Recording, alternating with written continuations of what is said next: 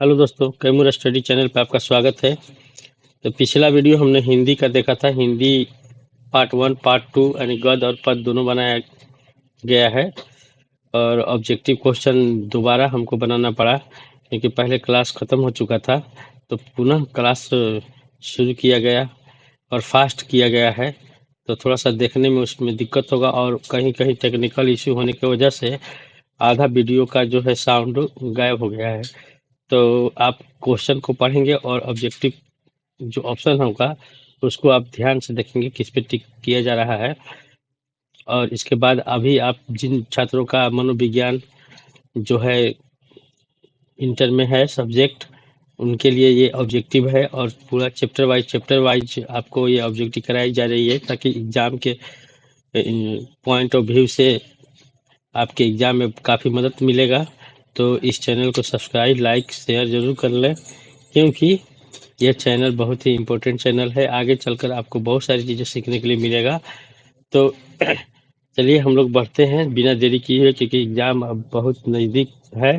Exam शुरुआत हो चुकी है क्योंकि एग्ज़ाम आपका साइंस का स्टार्ट हो गया है। कल से आपका पॉलिटिकल का भी है। पॉलिटिकल का वीडियो जिन छात्रों ने नहीं देखा है वो देख लेंगे। ऑब्जेक्टिव एग्ज़ाम जाने से पहले एक बार उसको रिवाइज कर लेंगे।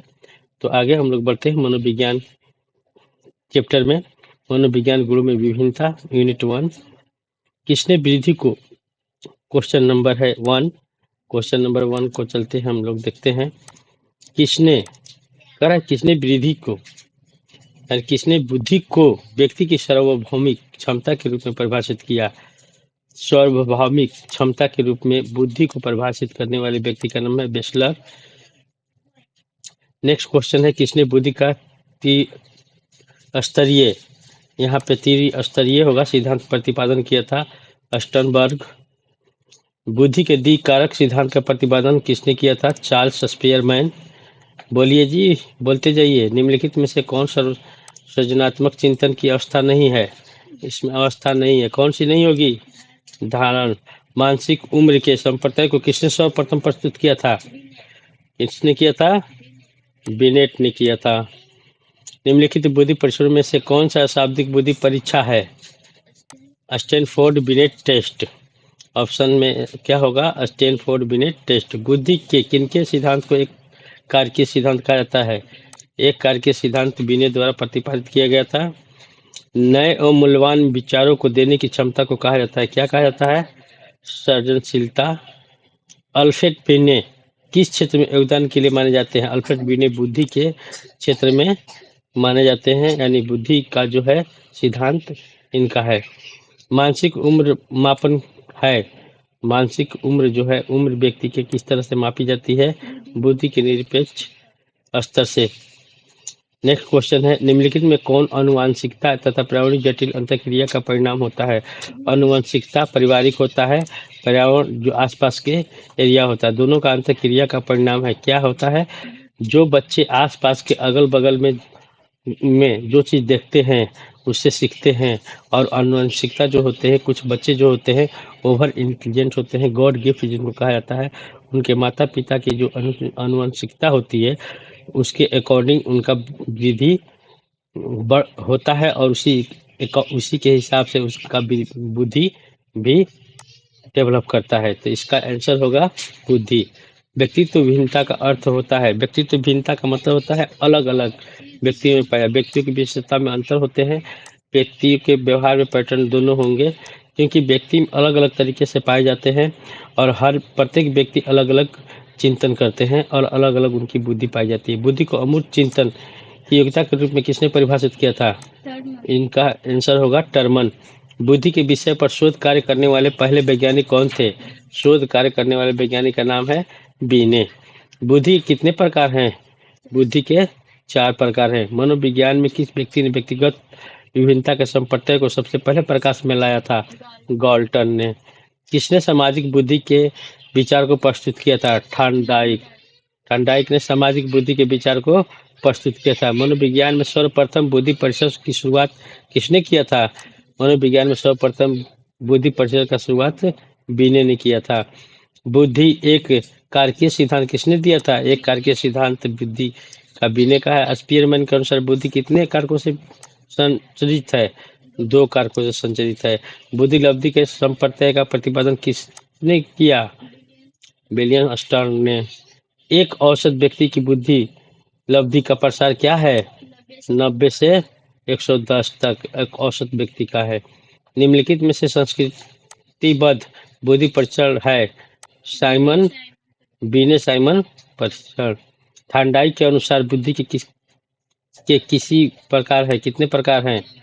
4 प्रकार है थाईलैंड के अनुसार। इनमें से बुद्धि परीक्षण की उपयोगिता में किसे नहीं सम्मिलित किया जाएगा? अभिवृत्ति परीक्षण के निर्माण में। समानतः मानसिक दुर्बल बालकों की बुद्धि लब्धि होती है। सामान्य जो बालक होते हैं उनकी बुद्धि कितनी होती है सीखने की? 85 से नीचे। संज्ञानात्मक बुद्धि मंद बुद्धि वाले बालक हो जाते हैं। पढ़कर प्रतिपादन किसने किया था? सोलेट तथा मेयर ने।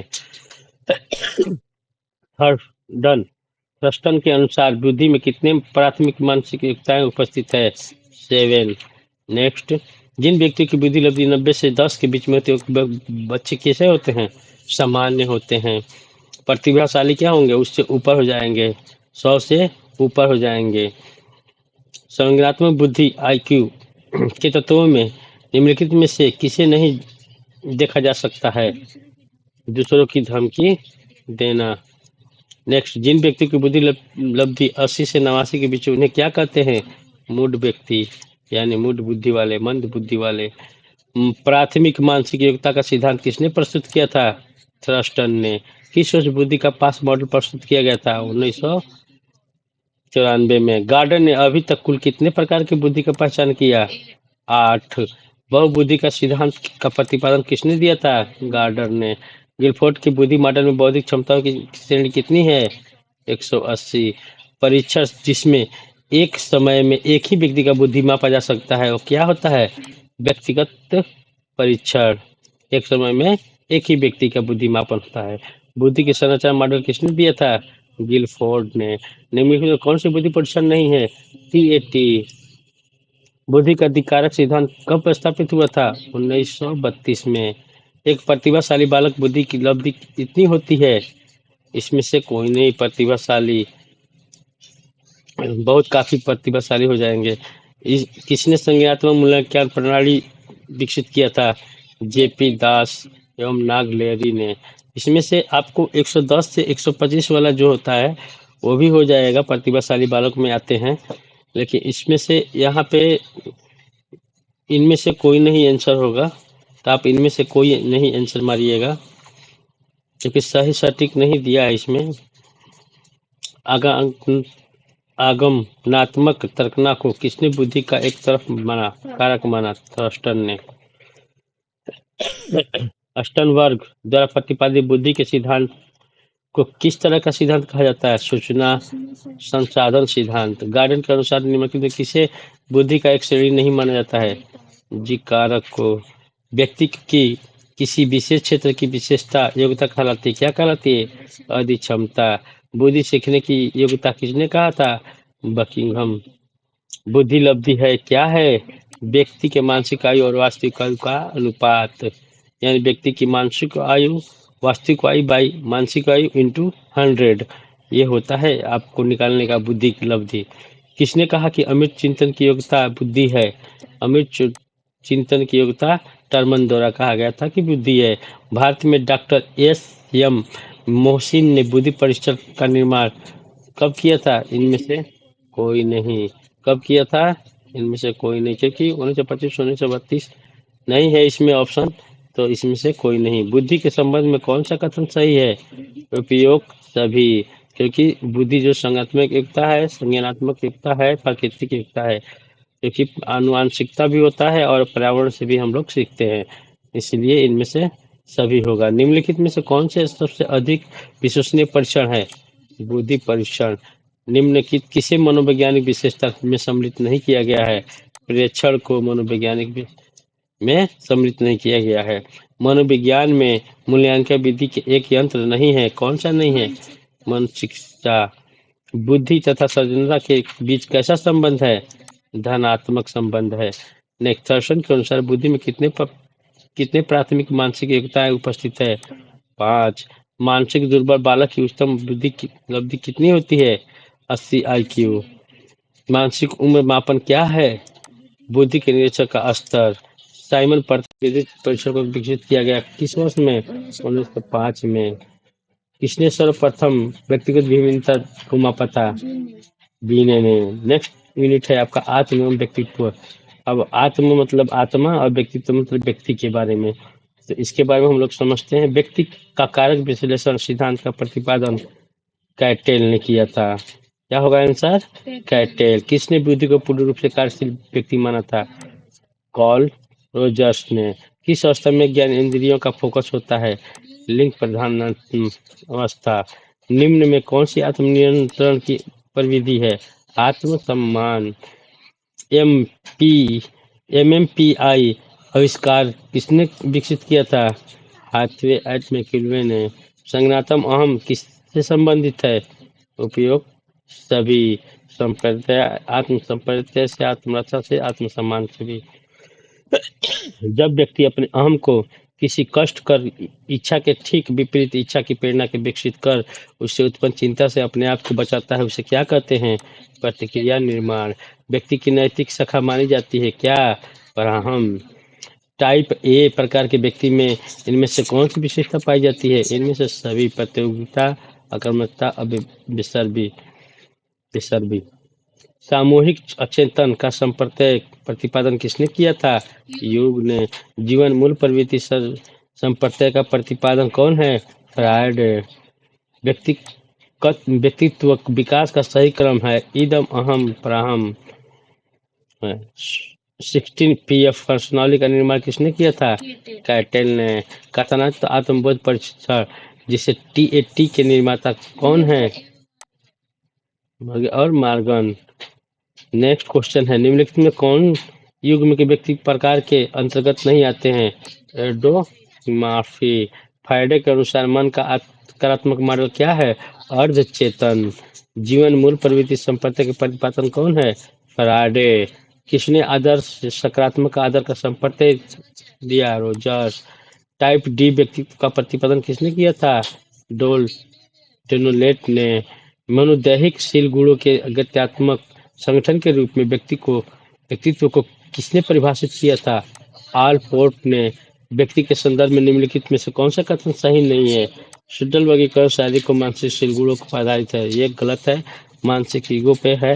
वर्गीकृत मानसिक गुणों पर आधारित है। केरसल का विपरीत संरचना। क्रिसमस वर्गीकरण संरचना शारीरिक संरचना पर आधारित है, ठीक है। युग्म ने शील गुणों के आधार पर व्यक्ति को कितने भागों में विभाजित किया? 3। स्व सेल्फ के संदर्भ में कौन सा कथन गलत है? स्व जन्मजात होता है, गलत है। क्रिसमस के अनुसार शारीरिक बनावट के अनुसार व्यक्तित्व को कितने भागों में बांटा गया है? 4। व्यक्तित्व का मनोज्ञात्मक उपागम किसने प्रतिपादित किया था? फ्रायड। इनमें से कौन से व्यक्ति निर्माण के जैविक निर्धारण नहीं है? परिवार। शील गुण कहलाने के लिए आवश्यक है क्या? ए और बी दोनों। व्यवहार संगठनता और व्यवहार मिश्रितता। कटल के अनुसार व्यक्तित्व के शील गुण कितने गुच्छे होते हैं? 10। सेडलर के अनुसार व्यक्ति कितने प्रकार होते हैं? 3। केसलर ने किस प्रकार के व्यक्तियों को साइक्लोआड कहा है? स्थूल कार्य प्रकार के। फ्रायड के अनुसार व्यक्तित्व विकास में कितनी अवस्था है? 5। निम्नलिखित में कौन व्यक्तित्व का जैविक निर्धारक है? शारीरिक रचना। सामूहिक अचेतन के विषय को कहा जाता है, क्या कहा जाता है? मनोग्रंथि। निम्नलिखित सिद्धांतों में किस सिद्धांत का प्रतिपादन मैस्लो ने किया था? आत्म कल्याणांतर सिद्धांत। व्यक्तित्व के आत्म सिद्धांत को किस मनोवैज्ञानिक प्रतिपादन किया था? रोजर्स। जातीय अचेतन का उल्लेख सर्वप्रथम किसने किया था? युग ने। किस ग्रंथि की गड़बड़ी से व्यक्ति अधिक लंबा हो जाता है? पीयूष ग्रंथि के कारण। बहुत इंपॉर्टेंट क्वेश्चन है, याद रखिएगा। किस ग्रंथि की गड़बड़ी से व्यक्ति अधिक लंबा हो जाता है? क्वेश्चन आता है कि किस ग्रंथि के कारण व्यक्ति अधिक लंबा हो जाता है, तो क्या होगा? पीयूष ग्रंथि। अंतःस्रावी ग्रंथि से निकलने वाले स्राव को क्या कहा जाता है? हार्मोन। इंपॉर्टेंट क्वेश्चन है दोनों। तीसरा भी इंपॉर्टेंट है। अनुवांशिकता का प्रभाव व्यक्ति तो विकास पर किस रूप में पड़ता है? अप्रत्यक्ष रूप में। दो या दो से अधिक व्यक्तियों के बीच वार्ता और अंतःक्रिया को क्या कहा जाता है? साक्षात्कार। व्यक्तित्व का अर्थ क्या है? शील गुणों का संगठनात्मक संगठन। निम्नलिखित में कौन सा अधिकार ग्रंथि है? पीयूष ग्रंथि। निम्नलिखित में कौन शील गुण नहीं है? सृजनात्मक। मरे का संबंध किस व्यक्तित्व का परिचय है? प्रक्षेपी परीक्षण। व्यक्तित्व के अकारक पक्ष है? इनमें से कोई नहीं। ईगो ईदम ईदम है, सुपर ईगो है। मानवतावादी सिद्धांत के विकास में किसने योगदान दिया था? मैस्लो। व्यक्तित्व के विकास पर किसका प्रभाव अधिक पड़ता है? परिवार। निम्नलिखित में से कौन युग के व्यक्ति प्रकार के अंतर्गत नहीं समझा जाता है? एंडोमाफी। आदर्श व्यवहार के संबंध में एक अस्थायी विश्वास कहा जाता है व्यक्तित्व को। निम्नलिखित में कौन व्यवहारवादी मनोवैज्ञानिक है? वाटसन। रोजर्स ने अपने व्यक्तित्व सिद्धांत में केंद्रीय स्थान प्रतिपादित किसको? आत्मा को। व्यक्तित्व के मनोविश्लेषण सिद्धांत को किसने प्रतिपादित किया था? सिगमंड फ्राइडे ने। निम्नलिखित में कौन प्रतिरक्षा मनोरचना है? इनमें से सभी दमन दलन परीक्षण सभी। कैटल के अनुसार नेक्स्ट क्वेश्चन है, कैटल के अनुसार एक सामान्य व्यक्ति में कितने मूलशील गुण पाए जाते हैं? 2। किसके अनुसार जन्म क्रम व्यक्तित्व का निर्धारक है? एडलर। टीएटी व्यक्तिगत व्यक्तित्व मापन किस प्रकार का परीक्षण है? प्रक्षेपी। निम्नलिखित में से कौन सा आनंद सिद्धांत से निर्देशित करता है? इदम इदम। निम्नलिखित में से एक व्यक्तिशील गुण है? सृजनात्मकता। निम्नलिखित में कौन मन के सकारात्मक पहलू नहीं है? प्रारंभ। फ्राइडे के अनुसार एलेक्ट्रा की अवधि में लड़कियां प्रतियोगिता करती है माँ से। किसने आत्म सिद्धांत की अवधारणा को प्रस्तुत किया था? मैस्लो ने। एडलर के मनोविज्ञान को कहा जाता है व्यक्तित्व या व्यक्तित्व मनोविज्ञान। युग के मनोविज्ञान को कहा जाता है विश्लेषणात्मक मनोविज्ञान। मानवतावादी उपमाओं का प्रतिपादन कौन है? Abraham Maslow. व्यक्ति के अचेतन व्यक्ति होगा यहाँ पे, व्यक्ति के अचेतन इच्छाओं को बाहर लाने की विधि क्या कहलाती है? प्रक्षेपण विधि। निम्नलिखित में वास्तविकता के नियम से संचालित होते हैं, क्या होते हैं? अहम। मनोविश्लेषणात्मक सिद्धांत व्यक्तित्व का कार्यपालक किसे कहा जाता है? अहम को। फ्राइडे के अनुसार बच्चे विपरीत लिंग के माता पिता से सहज जुड़ाव महसूस करते हैं, इसे क्या कहते हैं? एडिपस और इलेक्ट्रोनिक मनोग्रंथि। फ्राइडे के अच्छा एक्टिया में सबसे सर्वाधिक महत्वपूर्ण क्या होती है? दमन। रोजर्स के अनुसार आत्म सेल्फ का विकास होता है सस्वावस्था में। आज एक व्यक्तिगत पर्सनालिटी ईपीक्यू से मापन नहीं होती है समाज विरोधी व्यक्तित्व। निम्नलिखित में कौन सा कथन गलत है? प्राप्त की प्रवृत्ति लैंगिक होती है। निम्नलिखित में कौन सा सही क्रम है? मौखिक अवस्था, गुदा अवस्था और अवयुक्त अवस्था। लंबाकृति, आयताकृति तथा गोलाकृति में व्यक्तित्व वर्गीकरण किया जाता है। शेडलर ने। व्यक्तित्व मापन का उपयोग किया जाता है उपयोग सभी उत्तरदायी पदों पर नियुक्ति के लिए, समायोजन समस्या दूर करने के लिए, नेता के चुनाव के लिए। एक रचनात्मक प्रक्रम जिसमें व्यक्ति अपनी कमजोरी या त्रुटियों का और पर दूसरों का करता है। प्रक्षेपण। कौन सा टाइप सी प्रकार के व्यक्तित्व की पहचान विशेषता नहीं है? विरोधात्मक। धैर्यवान होता है, विनीत होता है, ये फ्राइडे के अनुसार निम्नलिखित में से रचनात्मक क्रिया का मूल स्रोत है? इरोस। नेक्स्ट क्वेश्चन, वाक्य पूर्ति परीक्षण किस तरह का परीक्षण है? प्रक्षेपीकरण परीक्षण है। सूचकांक का उद्देश्य क्या है? आमने सामने के संपर्क सूचना प्राप्त करना। किस प्रेक्षण में प्रेक्षक प्रेक्षित समूह के साथ घुल मिलकर घटना का अवलोकन प्राकृतिक रूप से करता है? सहभागी। फ्राइडे के अनुसार मन के आकारात्मक मॉडल क्या है? उपाह। निम्नलिखित स्व सेल्फ का भावनात्मक पहलू इफेक्टिव एस्पेक्ट क्या है? आत्मसम्मान। लिंग प्रधान अवस्था में विकास होता है किसका? एडिपस मनोग्रंथि का। व्यक्तिगत व्यक्तित्व अंतर्मुखी तथा बहिर्मुखी का वर्णन सर्वप्रथम किसने किया था? युग ने। सहभागी प्रेक्षण का मुख्य उद्देश्य गुण क्या है? स्वाभाविकता। निम्नलिखित में से कौन युग के व्यक्तित्व का प्रकार है? अंतर्मुखी। व्यक्तित्व के शील गुण सिद्धांत का प्रतिपादन किसने किया था? ऑलपोर्ट ने। फ्राइडे ने किस मॉडल का प्रतिपादन किया था? मनो प्रतीकात्मक मॉडल। एक लड़की में अपने पिता के प्रति कमी लगाव तथा अपने माँ के प्रति घृणा का भाव, इस तरह की स्थिति को क्या कहते हैं? इलेक्ट्रोड कॉम्प्लेक्स पीतुगृथी। यानी जो बच्चे होते हैं बड़े, तो बच्चे ठीक उल्टा हो जाते हैं। इसमें समझने की बात है कि बेटी का लगाव पिताजी से हो जाता है और बेटा का लगाव माँ से ज़्यादा होता है। यह मनोवैज्ञानिक जो है, यह कारण होता है इलेक्ट्रॉन कॉम्प्लेक्स या पीतु ग्रंथि के कारण। व्यक्तित्व के गत्यात्मक पक्ष कितने होते हैं? 3 होते हैं। निम्नलिखित में कौन व्यक्तित्व का शील गुण नहीं है? प्रेम। ईडम आधारित है किस पे? सुलेखा सिद्धांत पे, सुखेश प्रसाद सिद्धांत पे। महात्मा गांधी अहिंसा के अनुगामी थे। यह शील गुण के अंतर्गत आता है। किसके? प्रमुख शील गुण के। कैटल के 60 पीएफ पर्सनालिटी मापन है किसका? व्यक्तित्व का। व्यक्तित्व शब्द की उत्पत्ति हुई है किससे? मुखौटा से। निम्नलिखित में कौन सा ईपीक्यू का सही रूप है? आईजे की व्यक्तित्व प्रश्नाली। रुसार्क स्याही धब्बा परिसर में कार्ड कितने होते हैं? 10। किशोरावस्था का प्रमुख विशेषता नयन संकट किसने कहा? एरिक्सन ने। किसने पूर्णतः कार्य प्रकारशील व्यक्ति पर अधिक बल दिया? रोजर्स ने। अगला यूनिट है आपका जीवन की चुनौतियों का सामना। नेक्स्ट क्वेश्चन, प्रतिबल के विपरीत अवस्था को क्या कहते हैं? शिथिलकरण। समान अनुकूलन संरक्षण में अवस्था होती है कितनी? 3। किसने कुंठाक्रमण सिद्धांत का प्रतिपादन किया? मिलर तथा डॉलर ने। समान अनुकूलन संरक्षण के संप्रत्यय का प्रतिपादन किसके द्वारा किया गया? लेजार्ड। वे दबाव जिन्हें हम अपने मन में पसंद करते हैं उन्हें क्या कहा जाता है?